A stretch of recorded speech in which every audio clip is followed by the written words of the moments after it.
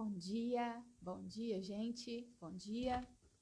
Hoje vamos continuar com a leitura do livro A Mãe Confiante, de Joyce Meyer. Hoje a gente está no 5º capítulo desse livro. Está sendo maravilhoso e transformador para mim também, que me está fazendo relembrar, né, o que eu já tinha visto, mas quanto mais a gente vai vendo, vai lendo, a gente vai pegando prática e vai aperfeiçoando, né, aquilo tudo que os livros em geral têm para passar para a gente como aprendizado, né?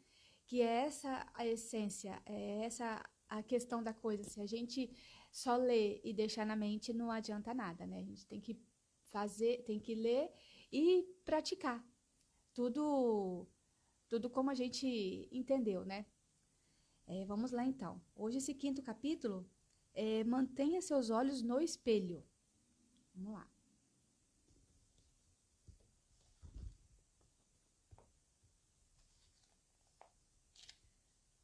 O que Jesus faria? Há alguns anos, essa era uma pergunta popular.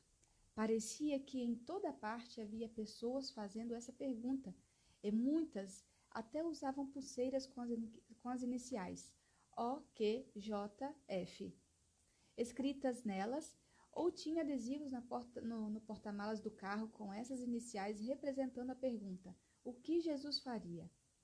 Você não ouve muito atualmente, mas enquanto eu trabalhava neste livro, percebi que essa é uma ótima pergunta para as mães cristãs.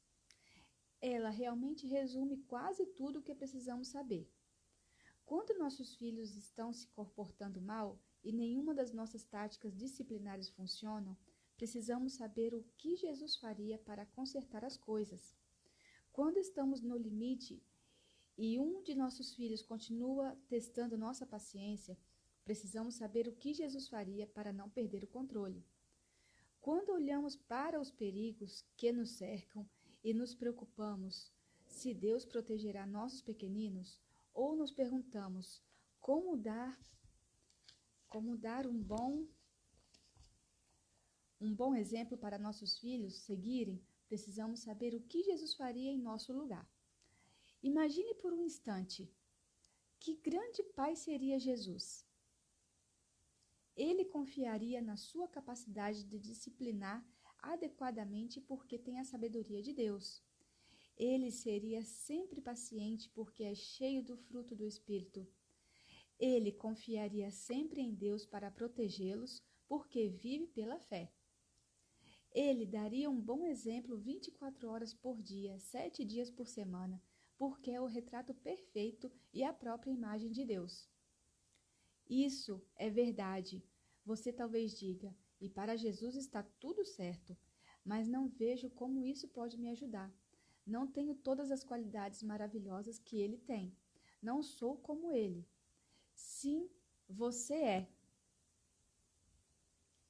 Se você recebeu Jesus como seu Salvador, você tem em seu interior tudo o que ele é e tudo o que ele tem. Por meio do milagre do nosso nascimento, ele foi reproduzido dentro de você. Essa não é simplesmente minha opinião, é o que o Novo Testamento diz. Versículo após versículo, ele declara: vocês foram recriados à imagem de Jesus, regenerados, nascidos de novo, não de uma origem, semente e esperma, mortal, mas de uma origem que é imortal pela eterna e sempre viva palavra de Deus. Isso aqui está em 1 Pedro, capítulo 1, versículo 23. A gente voltar, beber um pouquinho de chá.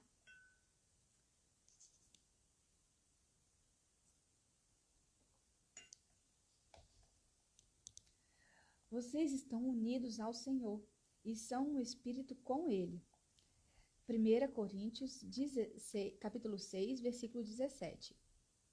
Vocês se tornaram participantes da natureza divina. 2 Pedro, capítulo 1, versículo 4. Vocês nasceram do Espírito, e o fruto do Espírito, Espírito Santo, a obra que a sua presença interior realiza, é amor, alegria, satisfação, paz, paciência, um temperamento regular, domínio próprio, benignidade, bondade, benevolência, fidelidade, amabilidade, mansidão, humildade, domínio próprio, autocontrole, temperança. Isso está em João 3, capítulo 3, versículo 8, e em Gálatas, capítulo 5, do 22 ao 23. Vocês têm a mente de Cristo, o Messias, e realmente têm os pensamentos, sentimentos e propósitos do seu coração. Isso está em 1 Coríntios, capítulo 2, versículo 16. Porque nele toda a plenitude da divindade continua a habitar em forma corpórea, dando completa expressão à divina natureza. E vocês estão nele, aperfeiçoados e tendo chegado à plenitude da vida em Cristo, vocês também são cheios da divindade, Pai, Filho e Espírito Santo, e atingem plena estatura espiritual. Isso está em Colossenses, capítulo 2, versículo do 9 ao 10.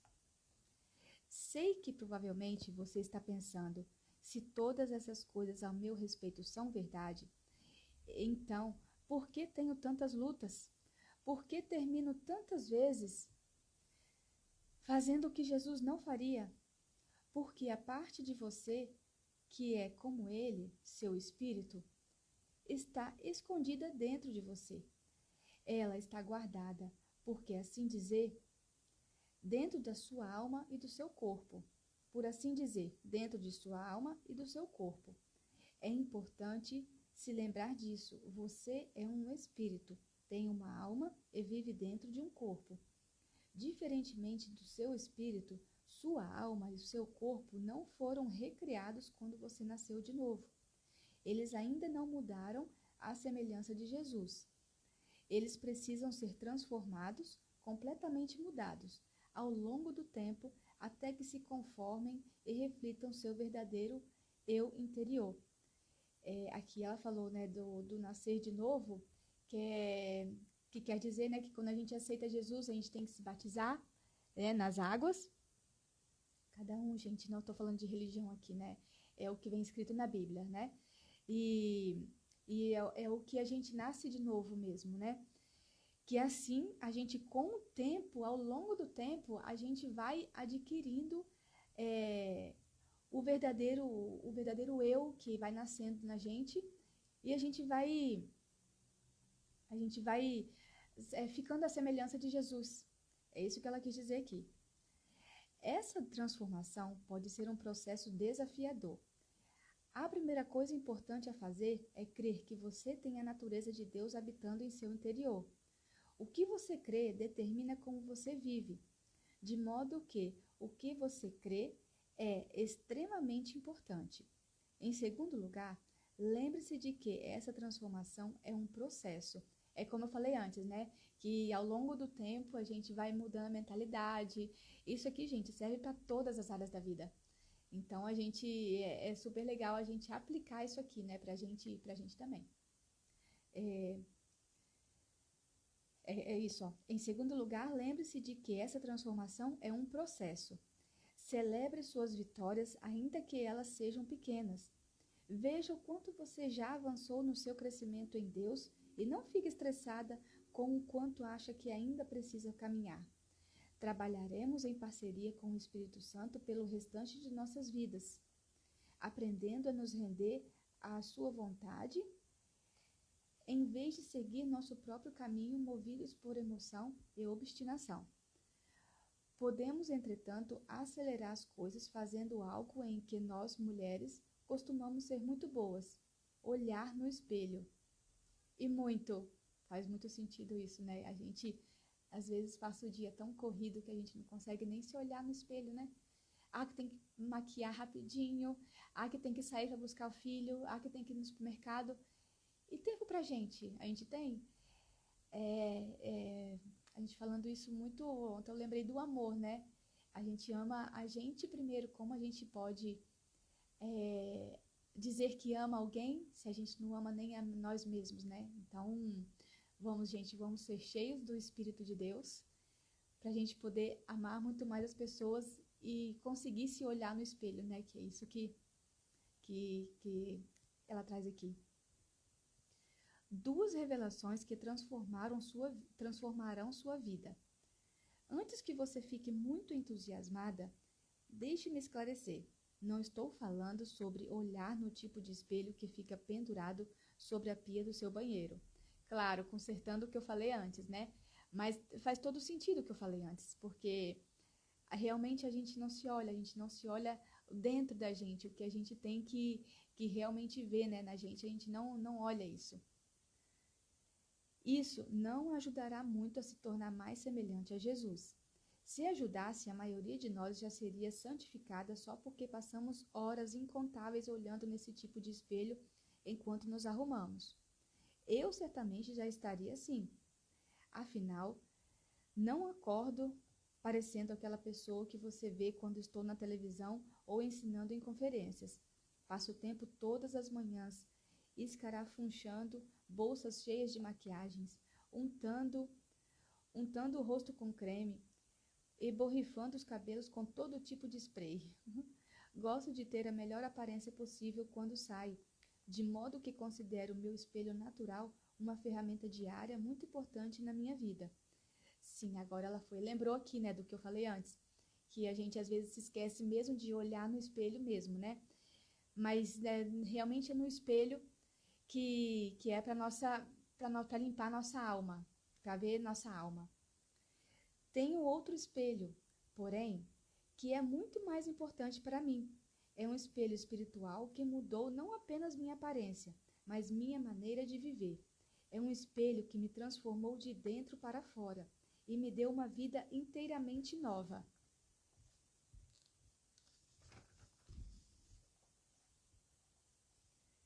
Caso você não tenha adivinhado ainda, estou falando sobre o espelho da Palavra de Deus.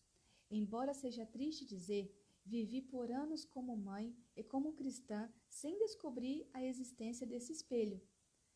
Ah, eu li a Bíblia às vezes. Houve épocas em que até mesmo lia um capítulo todos os dias. Estava fazendo isso para Deus e ganharia pontos com Ele por isso. Finalmente, porém, o Senhor me fez ver as coisas da maneira correta. Ele disse: Joyce, quando você lê a Bíblia, isso não me ajuda, isso ajuda você. Nossa, que forte isso, né, gente? Ai, meu Deus. Vamos continuar. Como exatamente a palavra nos ajuda?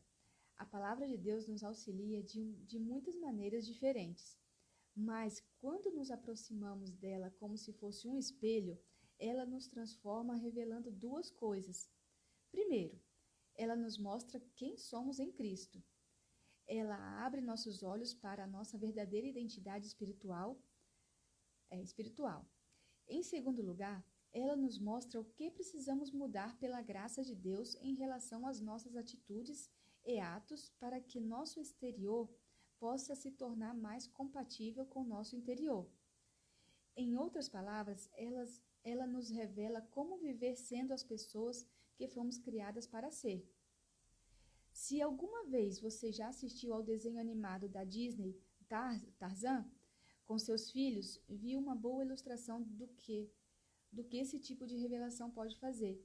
Sim, sei que Tarzan não era cristão, mas me permita fazer uma comparação. Pense no que aconteceu naquele filme. No início, os pais de Tarzan morreram e ele perdeu sua identidade. Os gorilas da selva o pagaram e o criaram como um deles. O resultado foi que ele passou a se identificar com eles e agir como eles. A gente fala muito disso, né? Que a mesa com que a gente anda são as pessoas com quem a gente mostra quem a gente é, né? Então, ela deu esse exemplo aqui do Tarzan, mas é verdade isso, gente. Impressionante isso aqui do Tarzan. Que ele andava com os gorilas, então ele foi um gorila até então que ele entendeu.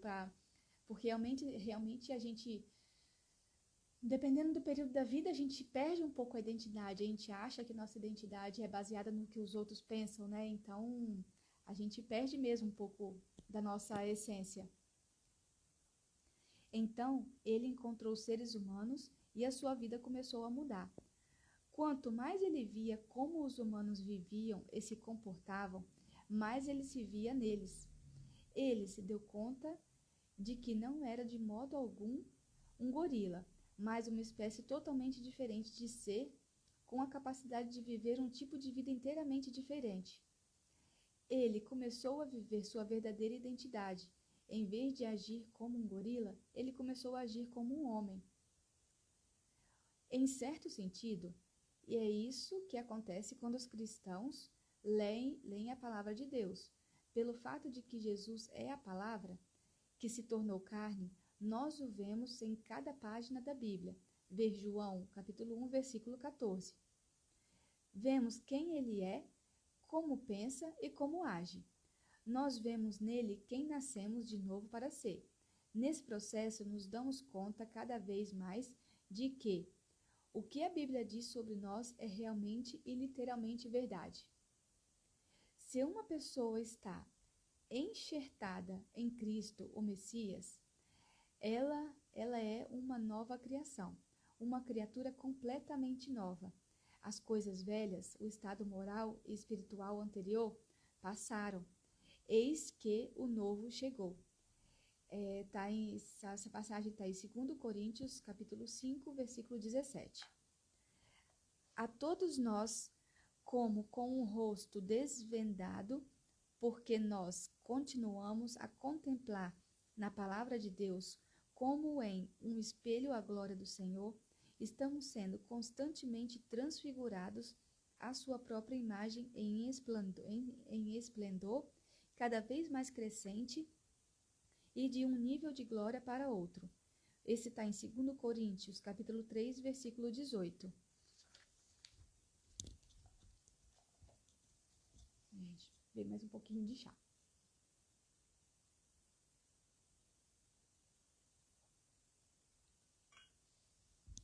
Um chá gostoso.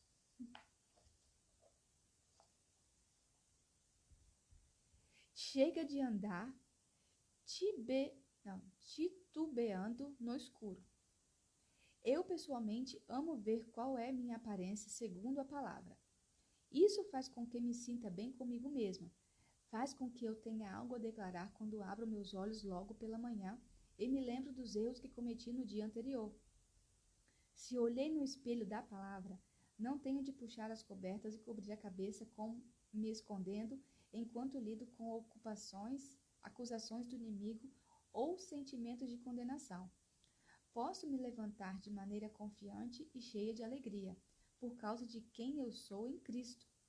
Quanto mais confiança temos como mães, mais confiança seremos capazes de transmitir aos nossos filhos. Isso aqui é verdade mesmo. Quanto mais a gente aparecer confiante para eles, mais eles vão crescer também com confiança, tendo confiança também, né?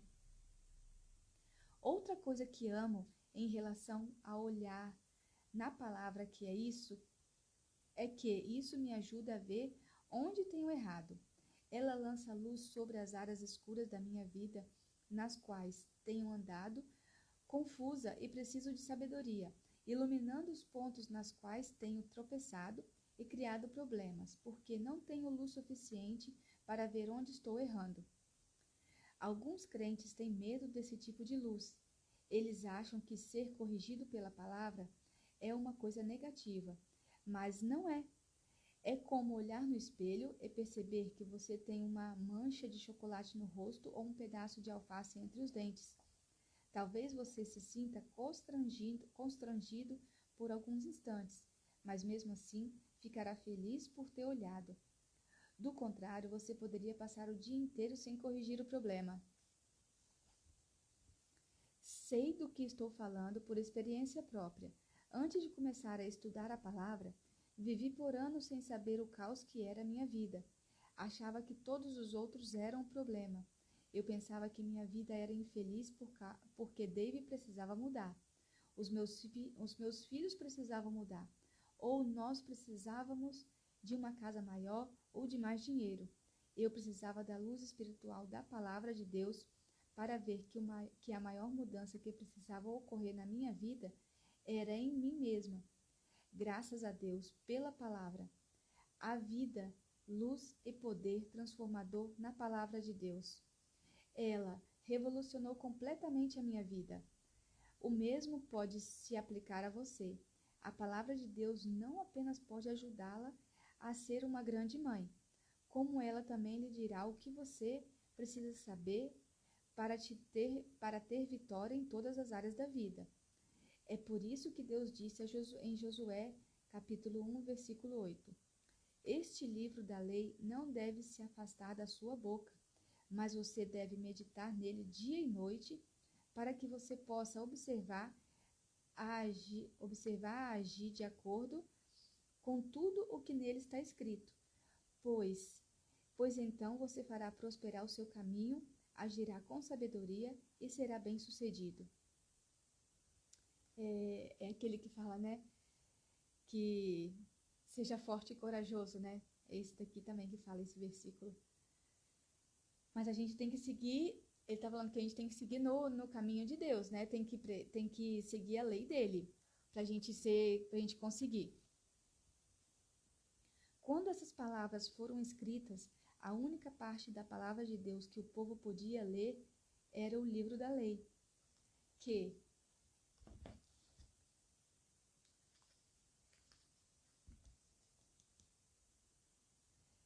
consistia em 5 primeiros livros do Antigo Testamento. Hoje temos o restante do Antigo Testamento e também o Novo.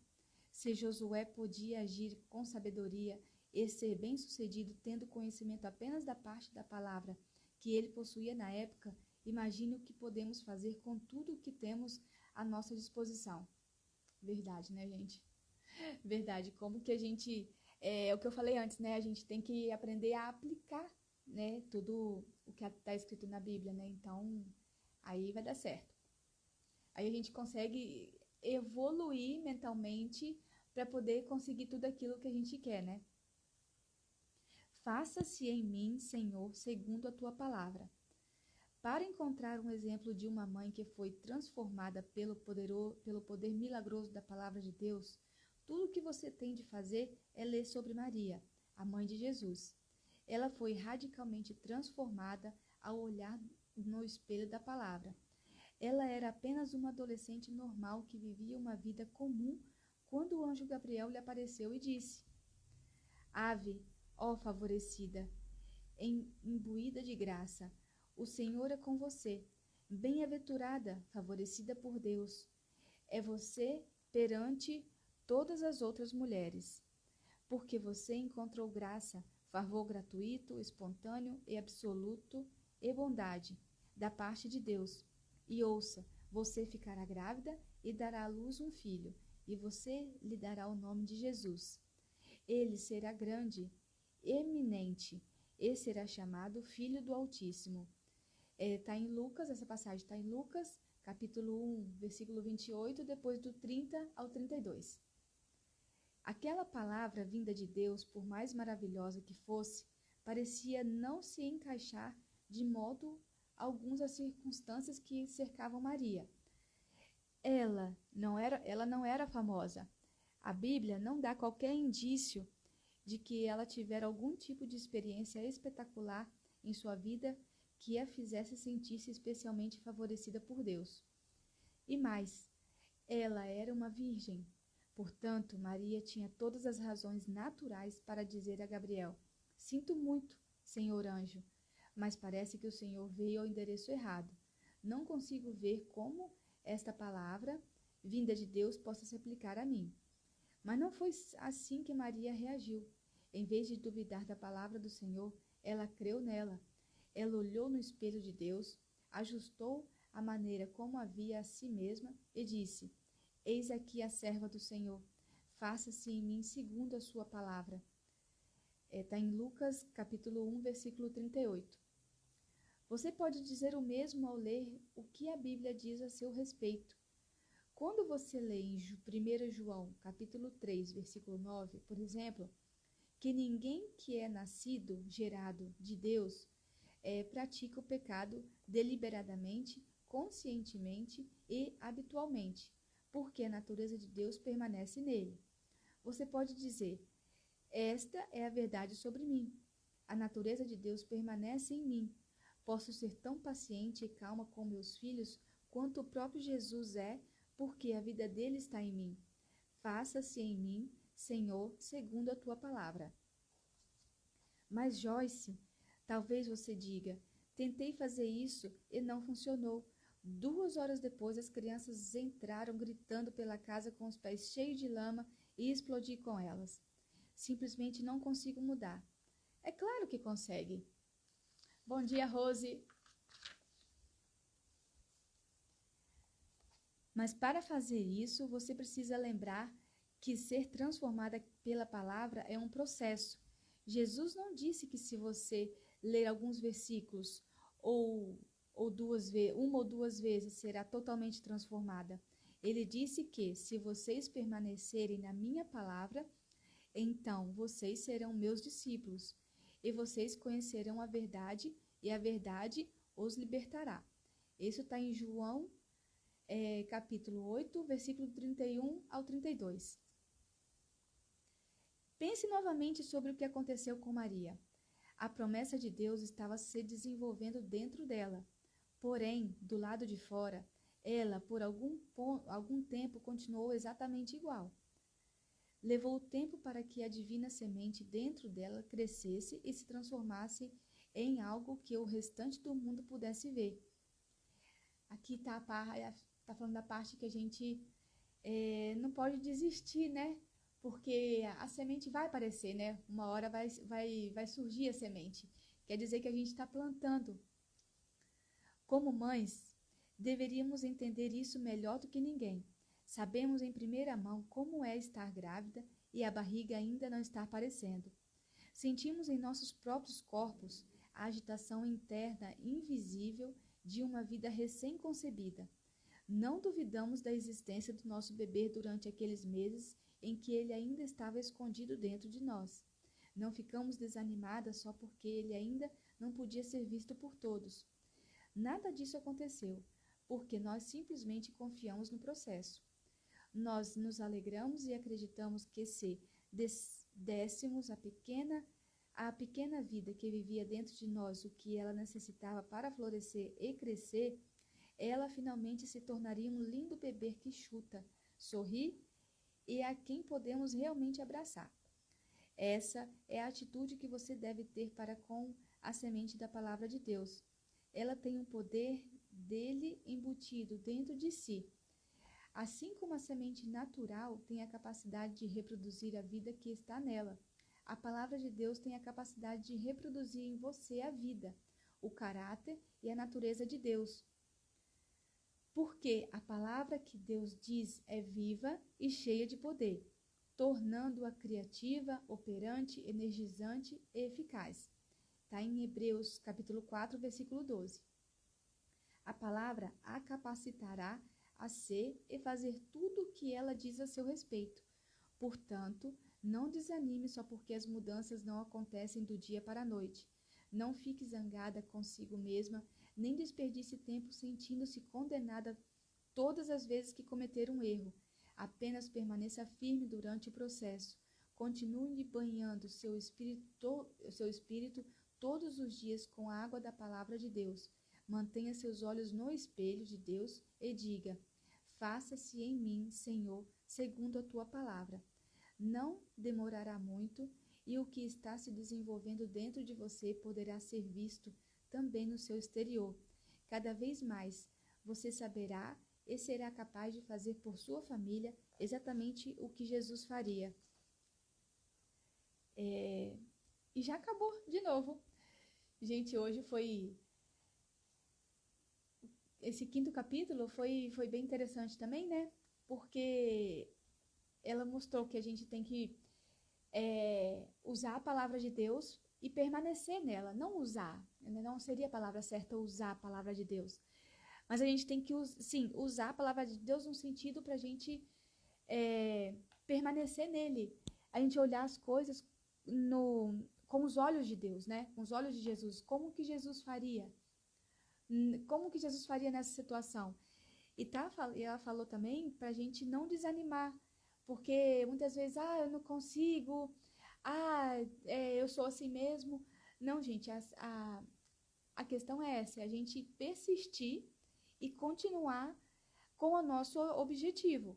Sendo mãe, assim, de verdade, eu tô pensando nesse livro aqui, a gente pode levar em todas as áreas da nossa vida, né? Porque tudo que a gente for fazer, se a gente começar a plantar e depois desistir, vai chegar em lugar nenhum. E aqui é o mesmo sentido que ela tá falando. Como mãe, você fala assim, eu não consigo, não consigo. Então, não é que você tem que desistir, mas você vai parar. E ela está encorajando aqui a gente a não desistir, a permanecer. Porque erros a gente vai ter todos os dias. A gente pode errar sim, mas a gente, vivendo a luz da palavra, a gente vai conseguir seguir e vamos consertando e vivendo como que Jesus faria, né? Se perguntando sempre como que Jesus faria para poder, né, resolver o problema. Então, hoje acabou mais esse capítulo. Amanhã não, vamos continuar segunda-feira, com capítulo 6. Faça uma pausa e creia. Esse é o título do próximo capítulo. E agradeço, tá? A presença de todos. Obrigada. Bom dia, Rose. Bom dia. Vamos lá, gente. Tchauzinho, beijo no coração para vocês.